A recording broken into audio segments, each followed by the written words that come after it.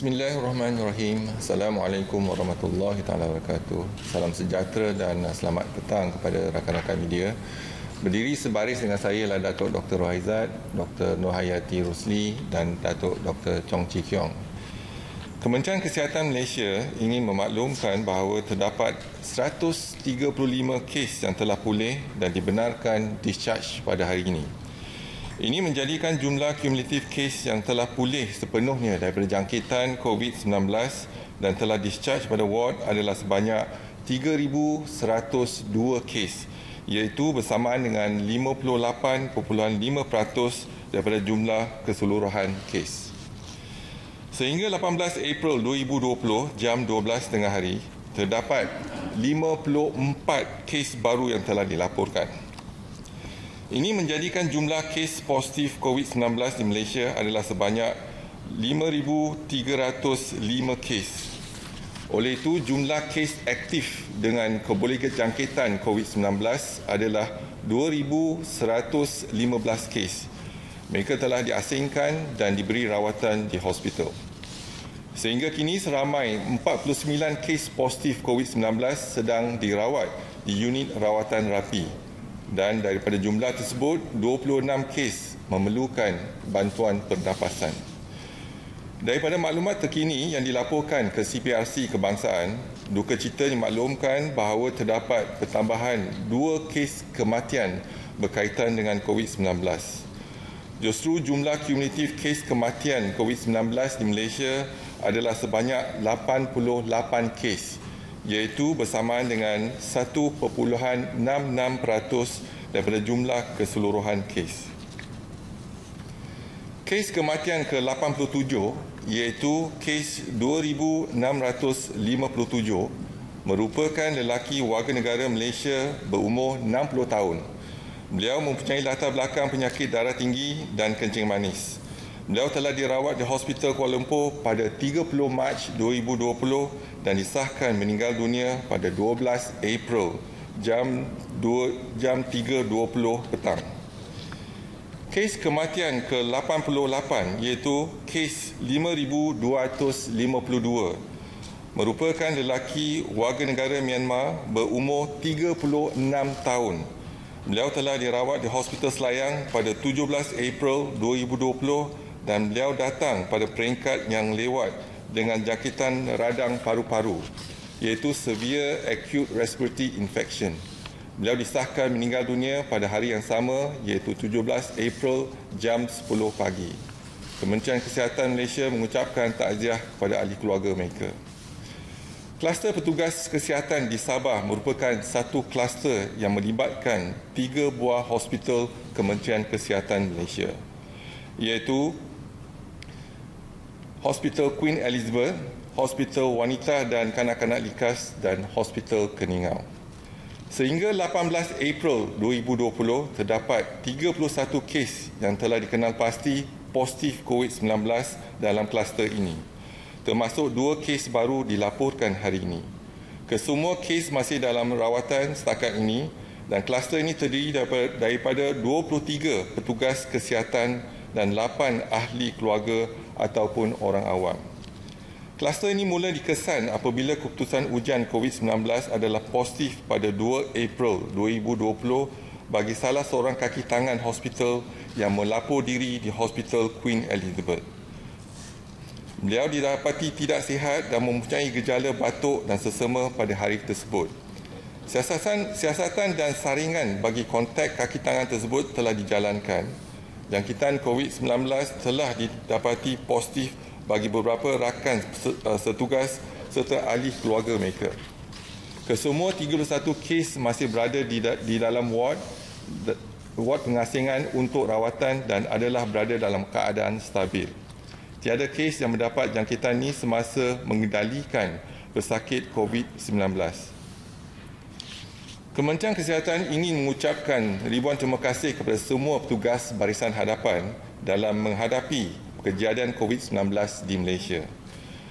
3 bulan telah berlalu sejak kes pertama COVID-19 dilaporkan kepada CPRC Kebangsaan. Semua petugas barisan hadapan dari semua agensi telah bekerja keras setiap hari dalam mengawal kejadian ini. Pihak kementerian menghargai dengan kerjasama yang telah diberikan dan ingin memohon agar petugas Barisan Hadapan kekal dan cekal dan bertabah kerana bersama kami dalam memerangi penularan COVID-19 ini. Namun begitu, Kementerian Kesihatan juga khawatir sekiranya penurunan jumlah kes beberapa hari ini disalah ertikan serta membuatkan masyarakat alpa iaitu mengambil mudah perintah kawalan pergerakan kerana memikirkan bahawa wabak ini hampir selesai. Perjuangan kita masih belum selesai. Susulan daripada itu ingin dinasihatkan kepada rakyat semua agar terus patuh kepada perintah pergerakan kawalan.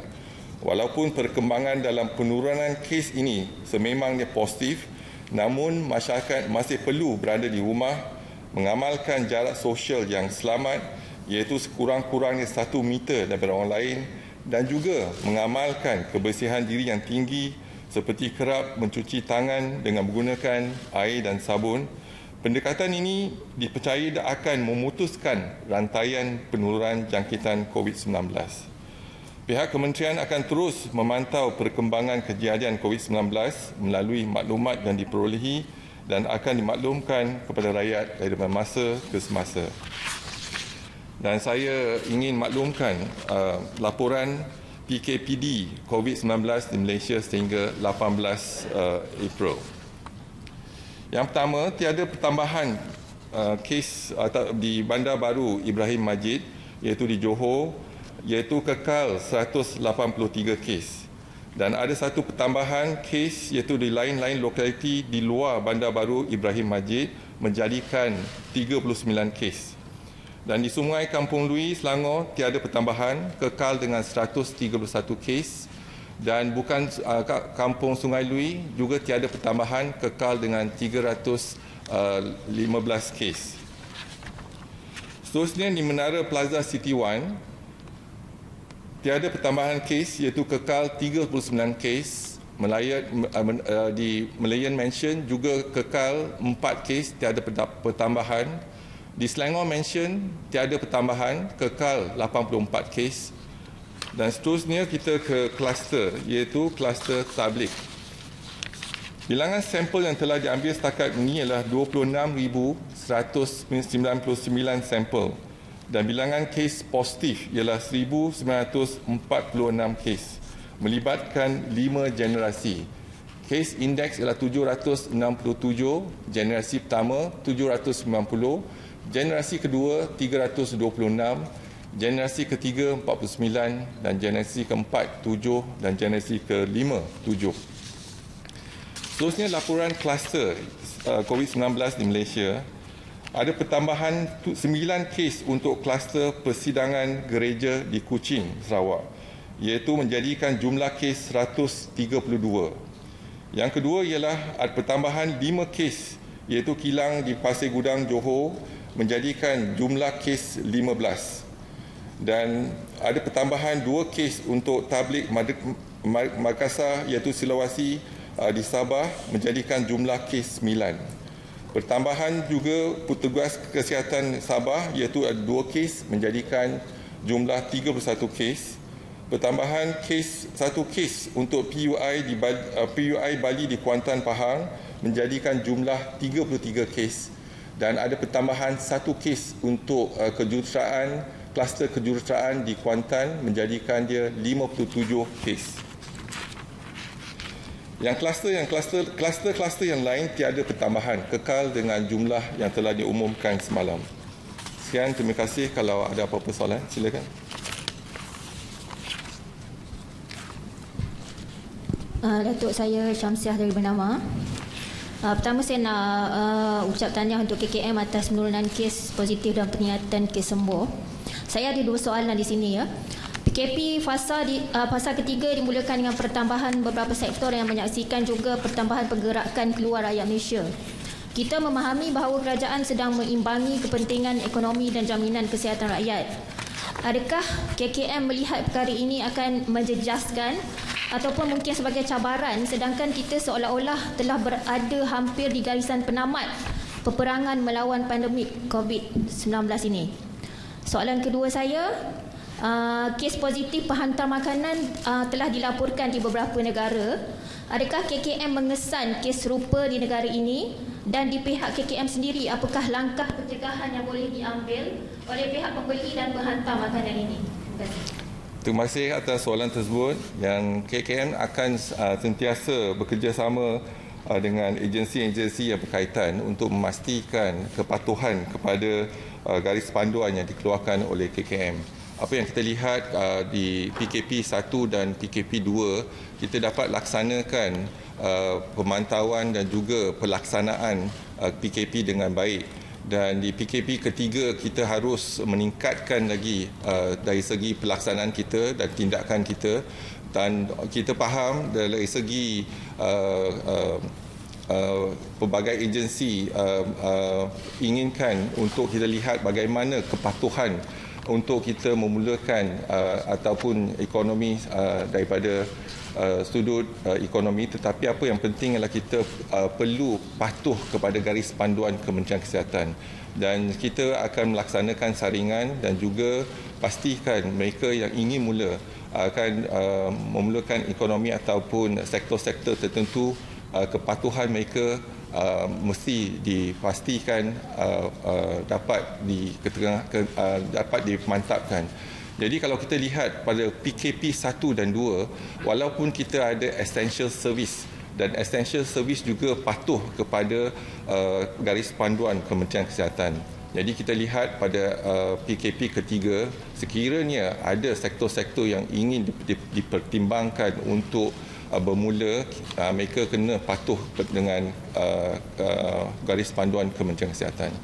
Yang kedua, isu penghantar makanan, sama ada kita ada data. Setakat ni kita tak ada data lagi untuk mengatakan jumlah mereka yang positif.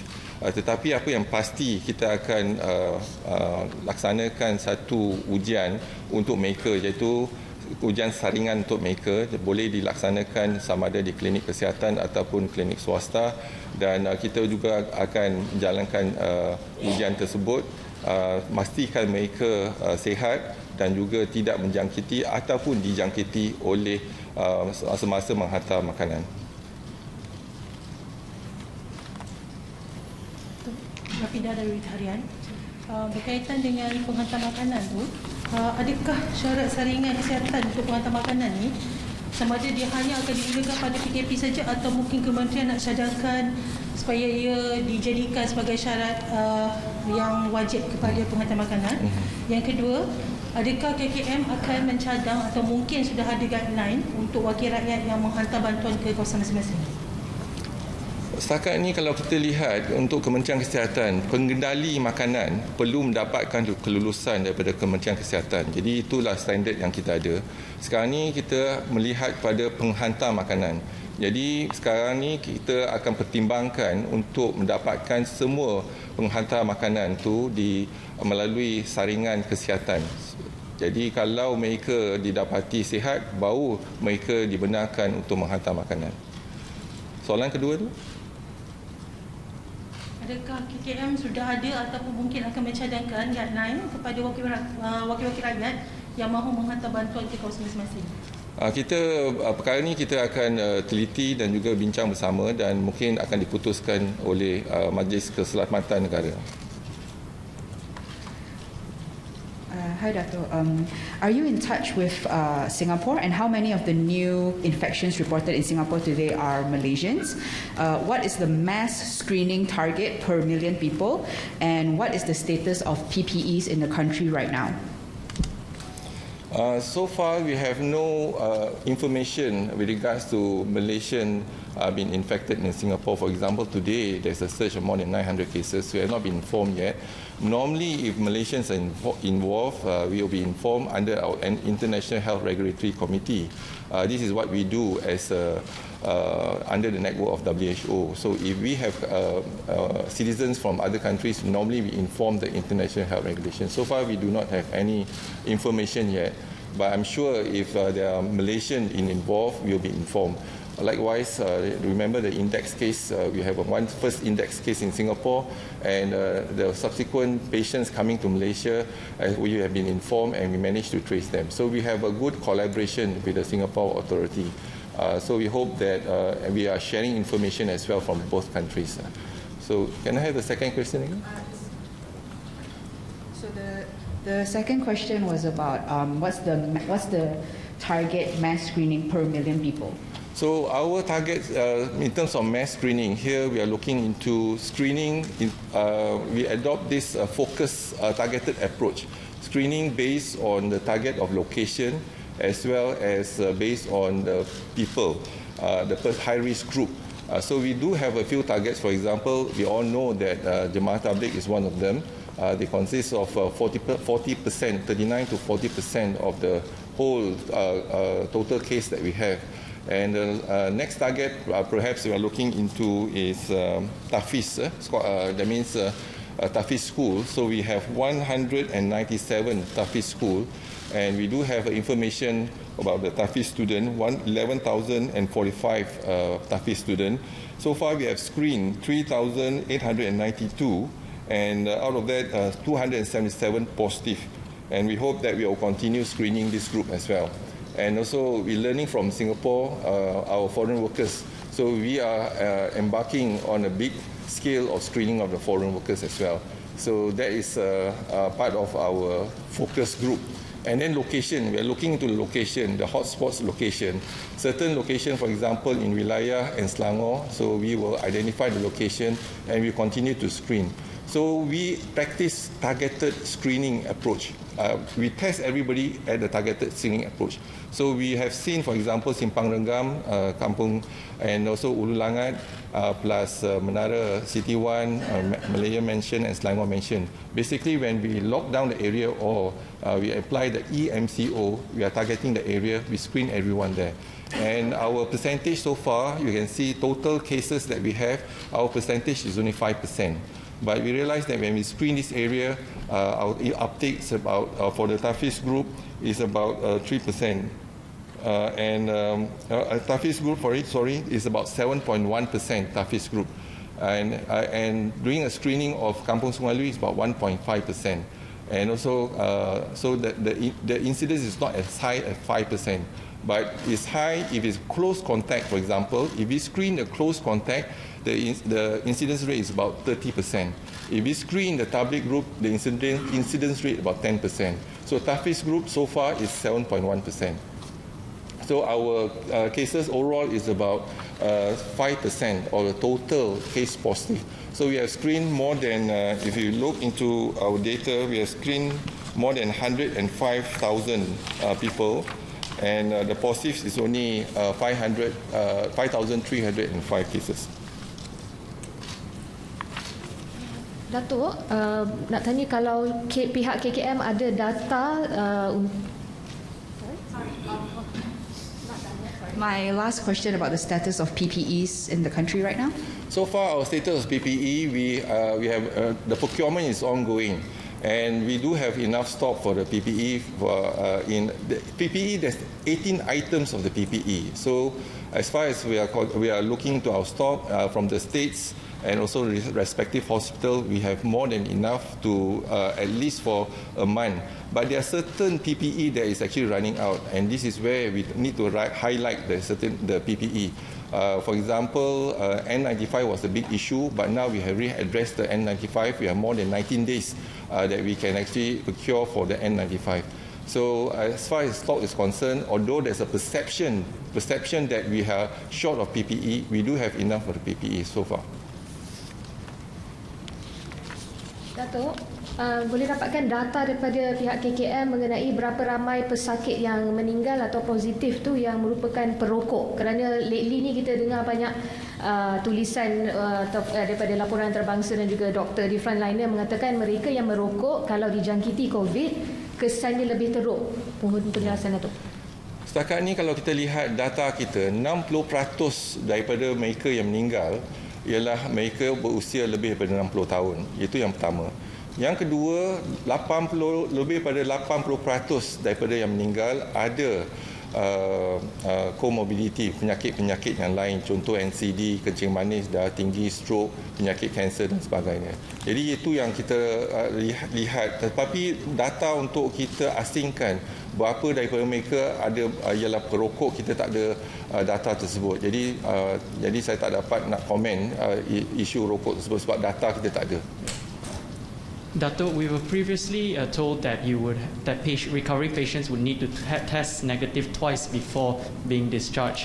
With new cases every day, is that policy still the same, or is there been a reduction? That was our previous guidelines, but now new guidelines now you only need to do one test. That is upon discharge on the day 13. So once the day 13 negative, then we allow them to go back. Just a quick follow-up on that, but there have been patients that kind of have this false negative. Is there a risk? So that's the reason why we must make sure in terms of sensitivity and specificity of that test. Our PCRs is very high sensitivity and specificity, but if we were to use, for example, rapid test kit, then we must look into the sensitivity and specificity of test kit. And we did during the MCO 1 and 2, the previous guidelines, we did twice, 24 hours apart, at least 24 hours apart. But when we look into it, there is no discrepancy in terms of the data that we have. So now we are confident because based on the experience from MCO 1 and 2 and those who have been discharged, the two negative is actually coherent. So now we only depends on one. Have there been any cases of people who have been discharged and then coming back again? So far, we do not have any, but we do know that the question is whether sometimes there's issue of a reinfection. So before we discharge our patient, we continue to counsel them to make sure that they protect themselves, and also because sometimes they thought that they already have the immunity. And then they can actually, go out to the public in the community, but they can be infected again. Today, although they have the antibody is not protective. That's the data that we have today. So, possibility whether they can be reinfected, yes, because if the antibody is not protective, so they can be reinfected again. Or they mean sometimes, as we have discussed before, once we are negative and then they get positive again. Positive is a weak positive.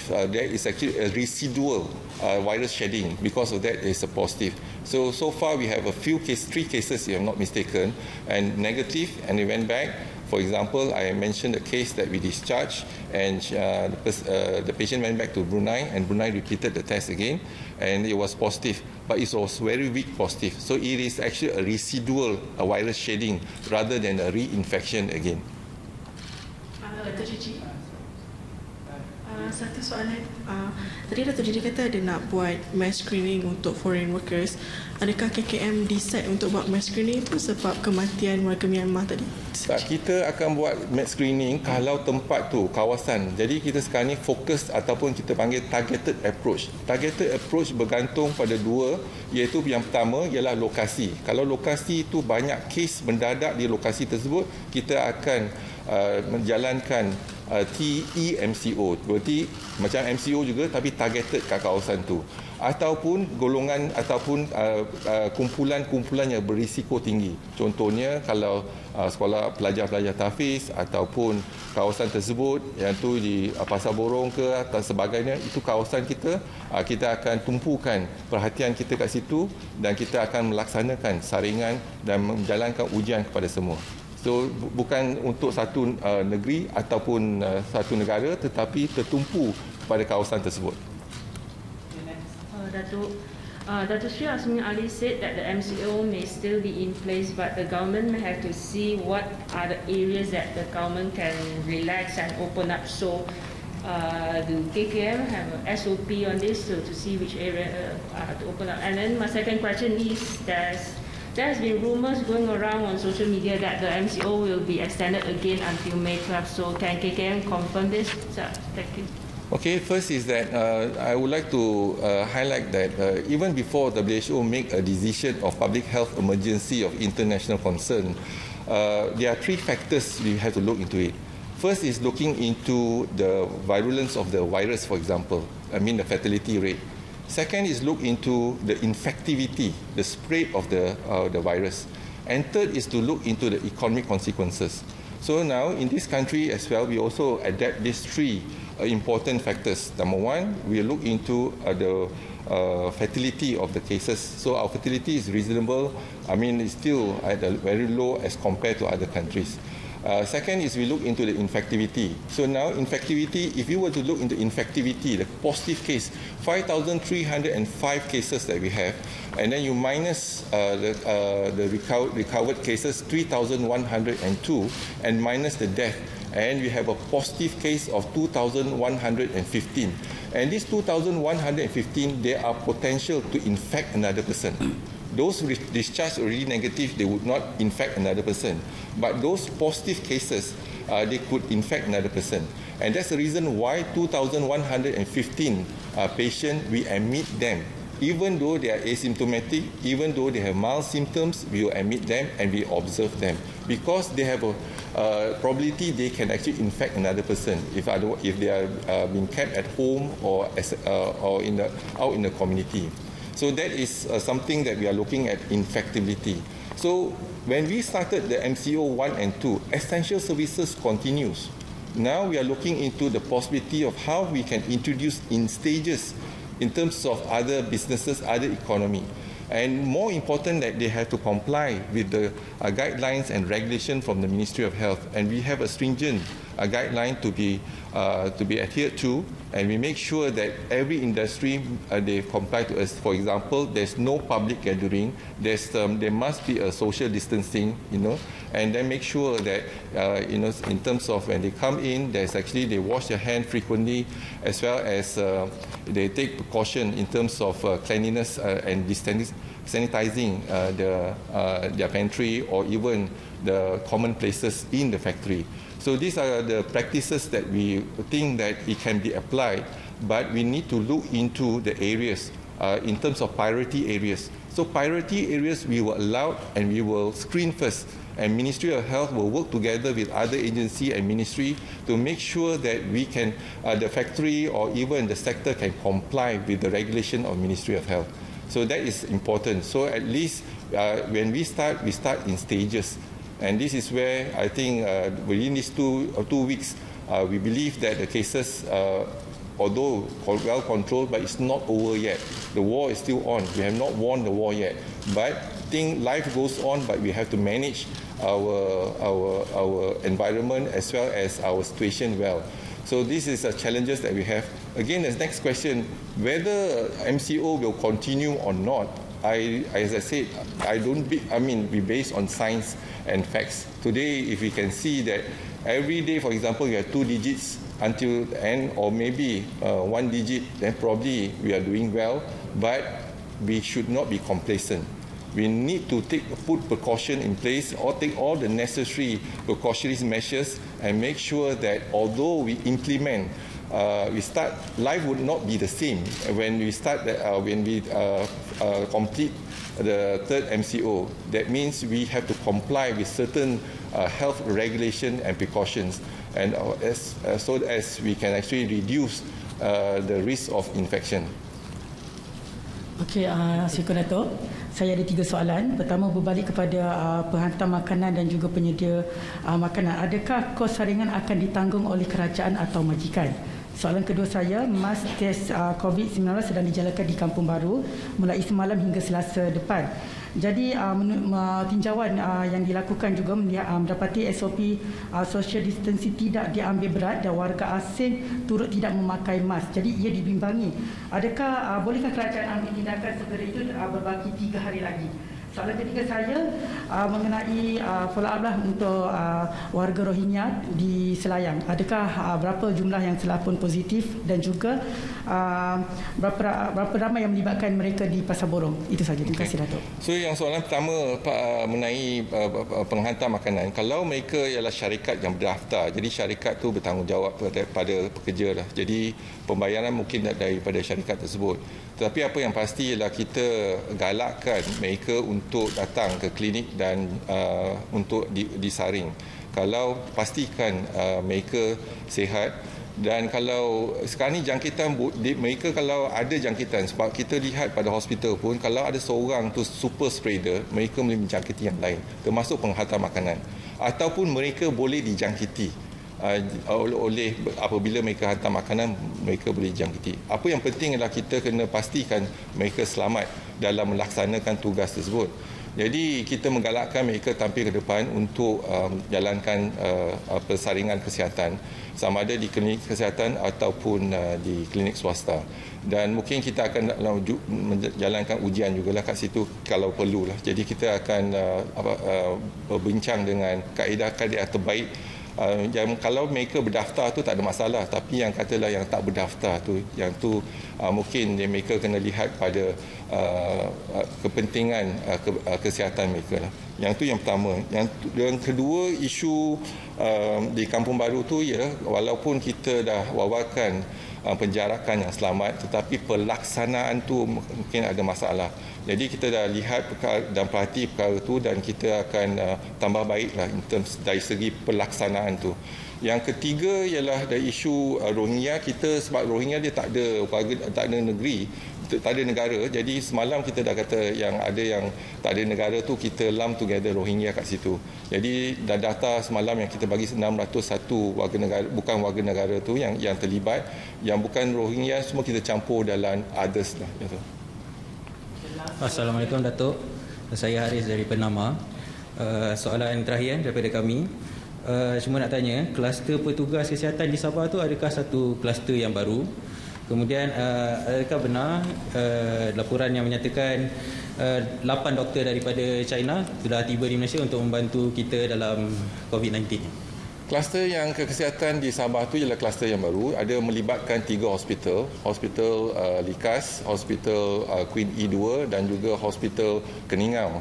Jadi daripada asal dia pada salah seorang pada warga kita yang daftar dan dia ada demam dan sebagainya, kita ambil positif dan dia dah menjangkiti rakan-rakan. Jadi kita sekarang ni telah mengesan mereka dan juga kita telah asingkan mereka untuk rawatan seterusnya. Lepas tu memang betul hari ini ada 8 daripada warga negara Cina yang berpengalaman dan datang ke Malaysia untuk membantu kita. Kita dah ada teleconferencing dengan mereka, tetapi mungkin ada banyak lagi isu yang kita kena lihat. Antara mereka ialah 8 orang ialah daripada National Health Commissions of China daripada Guangzhou Province ya.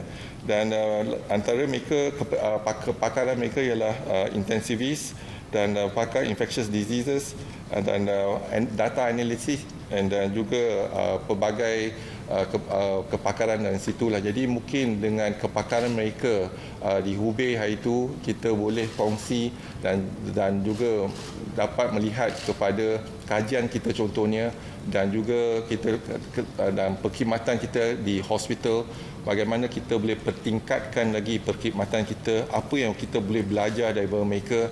Dan juga sekarang ni kita lihat dari segi strain ataupun virus ni ada terbagi pada virus jenis A, B dan C. Kita tertanya-tanya, tapi kita telah dimaklumkan di China ialah strain B. Dan hari ini kita telah laksanakan juga pengasingan dan kutur virus tersebut di IMR, dan daripada culture ataupun kutur tersebut kita bandingkan gelombang pertama dan gelombang kedua, dan mungkin kita akan berkongsi pendapat dengan hasil kajian kita dengan pihak negeri China. Dan bila kita lihat pada gelombang pertama, kebanyakan pesakit, 16 pesakit kita daripada Wuhan. Kita mengambil sampel, contohnya sampel daripada kes ke-5 dan kes ke-19, yang mana kedua-dua pesakit ni ada virus daripada Wuhan. Dan juga kita bandingkan dengan kes ke-27, kes 26, kes 70, kes 62. Jadi ada daripada gelombang kedua. Kita bandingkan virus tersebut dan kita dapati virus kita daripada gelombang pertama ialah virus jenis B, iaitu strain B, iaitu bersamaan dengan yang di Wuhan. Tapi dalam gelombang kedua, rakyat Malaysia yang terlibat, kita dapati virus tersebut juga virus strain B, bukan C yang dikatakan. Tapi saya percaya sebab ramai yang balik dari luar negara, mungkin kita ada kes import. dan kita akan laksanakan lebih banyak lagi test ataupun pengasingan virus dan juga kultur virus tersebut, dan kita akan lihat pada whole genomic sequence of the virus. Dan apabila kita dapati whole genomic sequence, kita boleh bandingkan kes gelombang pertama, gelombang kedua dan kes imported sama ada daripada US ke daripada UK. Jadi dia ada 3 strain jenis yang A yang dikata berkaitan dengan kelawar dan sebagainya yang didapati di US, dan strain B iaitu di Wuhan di China, dan dikatakan Malaysia ataupun Singapura mempunyai strain C. Tetapi kita dapati sekarang ni daripada gelombang pertama yang kes-kes daripada Wuhan ialah strain B. Jadi mungkin kita lebih banyak lagi kajian akan dilaksanakan baru kita nampak. Dan yang ini pun kita akan berbincang dengan rakan-rakan sejawat kita daripada negara China, dan mungkin kita dapat lihat bagaimana kita boleh bekerjasama untuk meningkatkan lagi dari segi pengesanan virus, dari segi rawatan, dari segi kesihatan awam, macam mana kita boleh bekerjasama dengan negara China. Mereka akan melalui proses yang sama, iaitu mereka akan di swab dan kita akan melaksanakan PCR. Kalau positif, kita akan masukkan mereka ke hospital. Tapi kalau negatif, baru kita akan pertimbangkan. Penjelasan tentang satu dakwaan oleh petugas perubatan yang mengatakan dia tak dapat special allowance RM400, setengah orang dapat, setengah orang tak dapat. Dia kata, penjelasan, clarification on this. Perkara ini sedang diteliti dan sekarang ini Menteri Kesihatan telah pun arahkan Ketua Setiausaha Kementerian Kesihatan untuk melihat kepada pembayaran kepada barisan hadapan Kementerian Kesihatan. Okay, thank you. Okay, terima kasih.